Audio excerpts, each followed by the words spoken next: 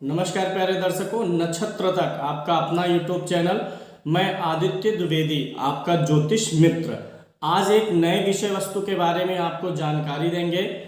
आपकी कुंडली से जुड़े हुए विषय वस्तु के बारे में ही जानकारी देंगे। उसके पहले अगर आप अपनी कुंडली पर परामर्श चाहते हैं, खराब ग्रह दशाओं का उपाय जानना चाहते हैं और रत्न रुद्राक्ष आदि के बारे में जानना चाहते हैं तो आप 7800771770 पर कॉल कर सकते हैं, व्हाट्सएप कर सकते हैं। कॉल करके व्हाट्सएप करके आप शुल्क और परामर्श की प्रक्रिया आदि के बारे में जानकारी प्राप्त कर सकते हैं। चलिए शुरू करते हैं। आज के एक नए रोचक विषय वस्तु पर चलते हैं।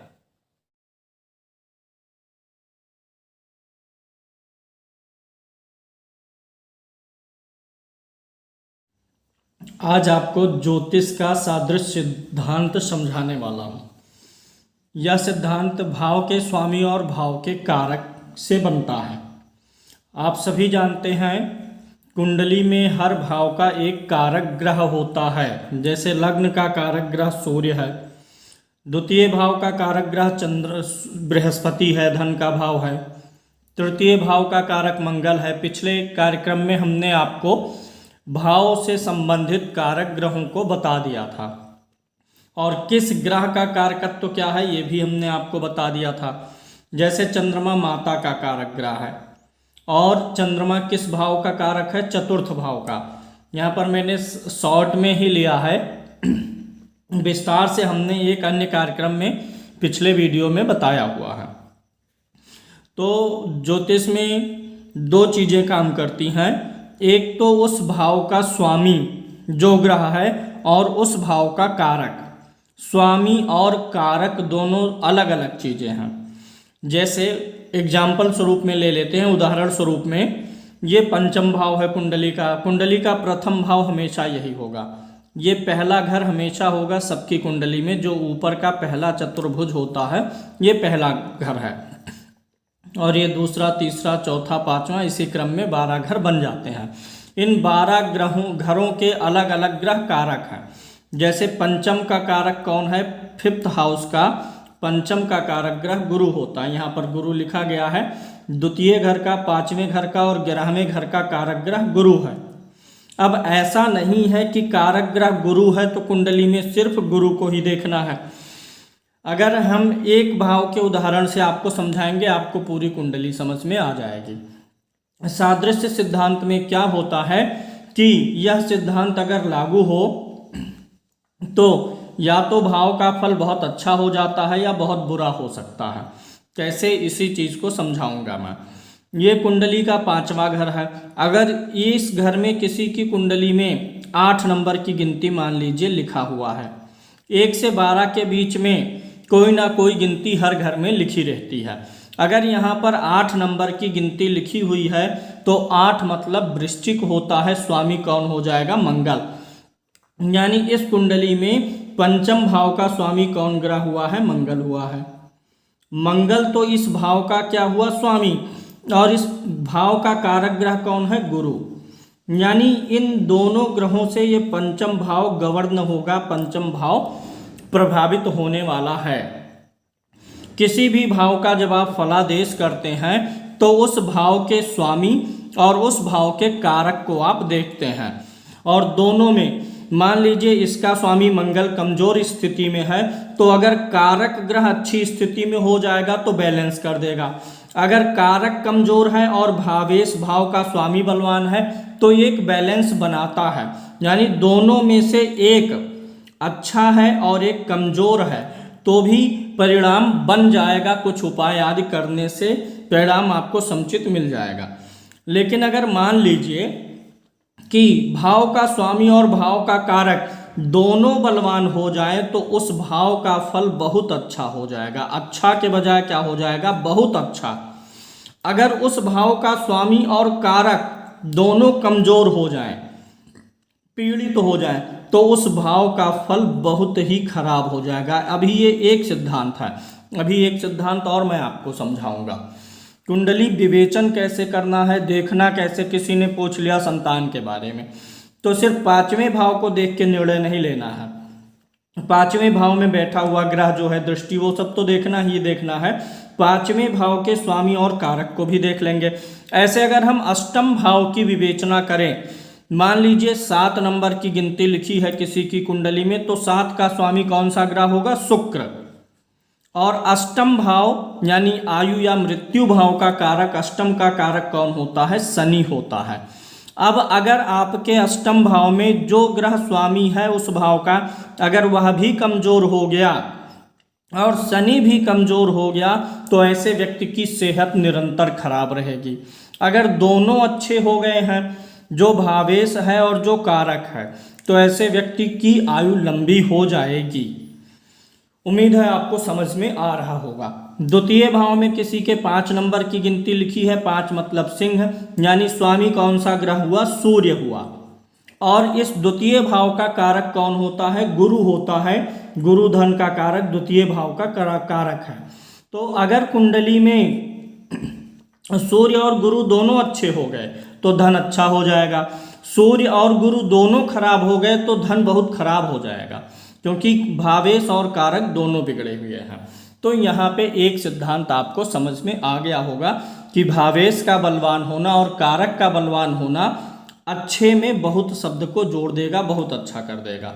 दोनों में से एक कमजोर है, एक अच्छा है, तो उसे हम अच्छा मान सकते हैं, उसे हम गुड कहेंगे।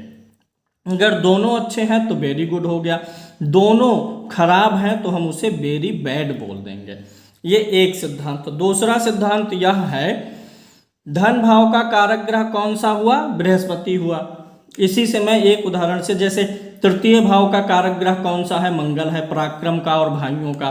तृतीय भाव से हम पराक्रम देखते हैं, ढीठता देखते हैं, अधिकारों के लिए लड़ने के लिए देखते हैं। तो तृतीय भाव का कारक मंगल हुआ। जो ग्रह जिस भाव का कारक है, अगर उसी भाव का स्वामी भी हो जाए, दूसरा सिद्धांत ध्यान से सुनिए, एक तो हुआ स्वामी अलग हो और कारक अलग हो, लेकिन अब जो ग्रह उस भाव का कारक है वही स्वामी हो जाए, तब क्या हो जाएगा?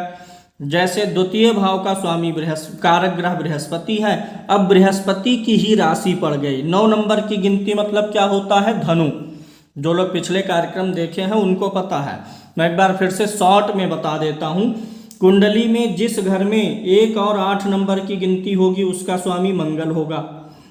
कुंडली में जिस घर में 3 और 6 नंबर की गिनती होगी स्वामी बुध होगा। कुंडली में जिस घर में 2 और 7 नंबर की गिनती होगी उस घर का स्वामी कौन ग्रह होगा? शुक्र।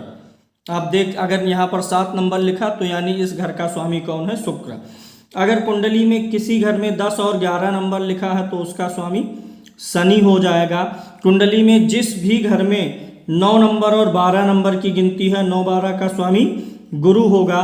5 नंबर की गिनती का स्वामी सूर्य होगा और 4 नंबर की गिनती का स्वामी चंद्रमा होगा। तो इस प्रकार से आप जान सकते हैं कि भावेश किस भाव का स्वामी कौन सा ग्रह है। वह जरूरी नहीं है उसी भाव में बैठे, जैसे यहाँ 8 नंबर है तो 8 का स्वामी मंगल, तो मंगल यहीं बैठेगा, ये जरूरी नहीं है कुंडली में कहीं भी बैठेगा। दूसरे सिद्धांत पर चर्चा करते हुए, अब यहाँ जैसे 9 नंबर लिखा है तो 9 का स्वामी कौन हुआ? गुरु ग्रह हो गया। द्वितीय भाव का स्वामी कौन सा ग्रह हुआ? गुरु। और द्वितीय भाव का कारक भी देखेंगे कौन सा ग्रह है? गुरु है। अगर वही एक ही ग्रह जो उस भाव का कारक है, अगर वही उस भाव का स्वामी भी हो जाए तो सादृश्य सिद्धांत लागू हो जाएगा, यानी कि अन्य स्थितियों में 2 ग्रहों के ऊपर जिम्मेदारी होती है। एक अच्छा हुआ एक बुरा हुआ तो भी दशांतर दशा चेंज होने पर आपको अच्छा बुरा मिलता रहेगा, कभी अच्छा कभी बुरा मिश्रित हो जाएगा।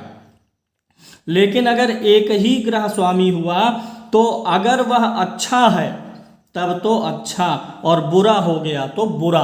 बहुत सारी कुंडलियों में उपाय जब हम लोग करते हैं और ग्रहों का विवेचन करते हैं, जैसे किसी की धन की स्थिति कमजोर है, कर्ज वगैरह है, तो उस भाव का स्वामी और कारक देख लेते हैं। अगर 2 ग्रह हैं तो ज़्यादा जल्दी रिजल्ट प्राप्त हो जाएगा उपाय करने से।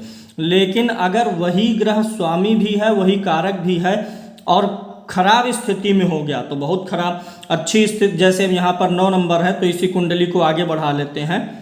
10 11 12 1 2 3, 4, 5, 6, 7 और 8। अब अगर इस धन भाव का स्वामी बृहस्पति हुआ और बृहस्पति ही कारक भी है, अब अगर बृहस्पति 10 नंबर की गिनती में बैठ गया, नीच राशि में हो गया, यानी अकेले बृहस्पति इस भाव का कारक स्वामी होकर गवर्न कर रहा और खराब हो गया, तो बृहस्पति डबल फोर्स से इस भाव की हानि कर रहा है। और अगर यही बृहस्पति उच्च का हो गया, जो कि धन भाव का स्वामी भी है और कारक भी है, उच्च का हो गया, तो अब डबल फोर्स से इस भाव को बढ़ाने का काम करेगा। उम्मीद है आप समझ रहे होंगे। जैसे तृतीय भाव में 8 नंबर की गिनती लिखी है, 8 का स्वामी कौन हुआ? मंगल हुआ, यानी तृतीय भाव का स्वामी ग्रह कौन मिल गया आपको? मंगल। और तृतीय भाव का थर्ड हाउस का देखिए कारक ग्रह भी कौन है? मंगल है, यानी तीसरे में अब मंगल का ही स्वामित्व के रूप में, कारक के रूप में प्रभाव है। अब यह मंगल अगर कुंडली में नीच राशि में हो गया, 4 नंबर की गिनती पे नीच का होता है मंगल, तो इस तीसरे भाव से संबंधित फलों में डबल फोर्स से हानि करेगा। मतलब गणित की भाषा आप जानते हैं, स्क्वायर लग जाता है ना, वही जान लीजिए, स्क्वायर लग जाएगा हानि में। और अगर यही मंगल अच्छा हो गया तो डबल फोर्स से प्रॉफिट भी देने लगेगा। तो उम्मीद है आपको ये समझ में आओगे। जैसे चौथे भाव का स्वामी चंद्रमा हो गया, चतुर्थ हाउस का स्वामी 4 नंबर की गिनती अगर लिखी है तो चंद्रमा हुआ, फोर्थ हाउस का कारक है। चंद्रमा से क्या विचार करते हैं? माता का। अब चंद्रमा चौथे का स्वामी हो गया और चौथे का कारक भी है। अब वह अगर नीच राशि में हो गया तो यानी निश्चित रूप से आप कह सकते हैं ऐसे व्यक्ति को माता के सुख और स्वास्थ्य में कमी रहने वाली है।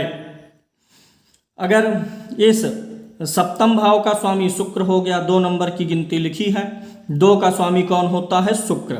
और ये सप्तम भाव का विचार कर रहे हैं तो सप्तम का कारक भी कौन होता है? शुक्र।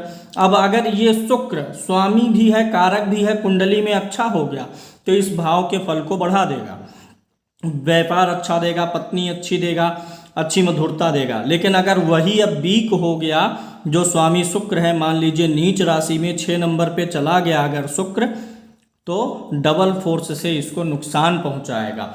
अगर यह सिद्धांत आपकी कुंडली में लागू हो रहा है और जो ग्रह उसी भाव का स्वामी, उसी भाव का कारक होकर के अशुभ है, उसके मंत्रों का 1.25 लाख जप करवा करके हवन करवाना ठीक रहेगा। और अगर दान तो परिस्थिति के अनुसार होता है। अब मैं 3 उपाय होते हैं उसके बारे में भी आपको बताता हूँ। एक उपाय होता है जप, एक उपाय होता है दान और एक उपाय होता है रत्न। जब हम जप करते हैं तो उस ग्रह की प्रसन्नता हो जाती है, अरिष्ट ग्रहों को प्रसन्न कर देते हैं। जप के द्वारा प्रसन्न करके अशुभ प्रभाव को कम कर दिया जाता है और शुभ प्रभाव को बढ़ाया जाता है। और जब किसी ग्रह का सिर्फ अशुभ प्रभाव यानी उस ग्रह का बल घटाना होगा, ताकत घटानी होती है, तो दान कर देते हैं। और जब ग्रह का पावर, ग्रह की शक्ति बढ़ानी होती है तो उसका रत्न पहनते हैं। यानी जप करने से ग्रह शांत होता है, दान करने से कमजोर होता है और स्टोन पहनने से ग्रह बलवान हो जाता है। जब हमें कोई ग्रह अशुभ फल दे रहा हो और इस कुंडली में ऐसा निष्कर्ष निकल के आए कि ना तो उसका दान कर सकते हैं, यानी कमजोर भी नहीं करना है और बलवान भी नहीं करना है, तो उसका शुभ फल कैसे लेना है? तो उस ग्रह का रुद्राक्ष धारण करके शुभ फल लिया जा सकता है।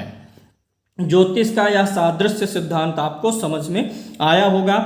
समझ में आ गया है तो एक बार लाइक कर दीजिए, शेयर करिएगा और सब्सक्राइब करिएगा। आज के लिए इतना ही, फिर मिलते हैं अगले कार्यक्रम में। जय श्री कृष्णा।